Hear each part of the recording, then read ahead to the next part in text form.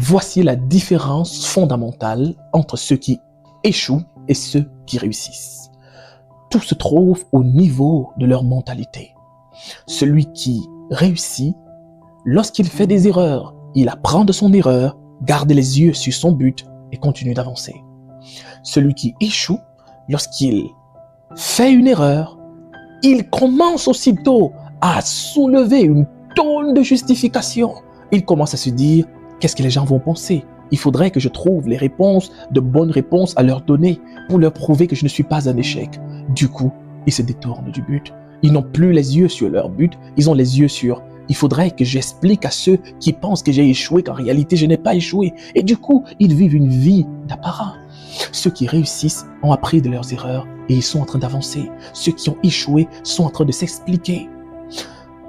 Le Seigneur Jésus, un jour, les gens l'ont regardé et ils ont dit, si tu es le Fils de Dieu, descends de la croix.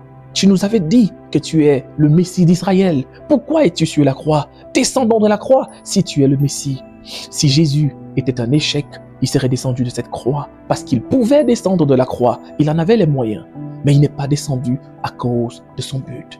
Lorsque le but vous pousse, lorsque le but vous conditionne, lorsque cet objectif à l'intérieur de vous brûle à l'intérieur de vous, vous avez envie d'avancer. Que les regards des hommes ne vous arrêtent pas, que les qu'en dira-t-on, les intérêts, les opinions des hommes ne vous arrêtent pas.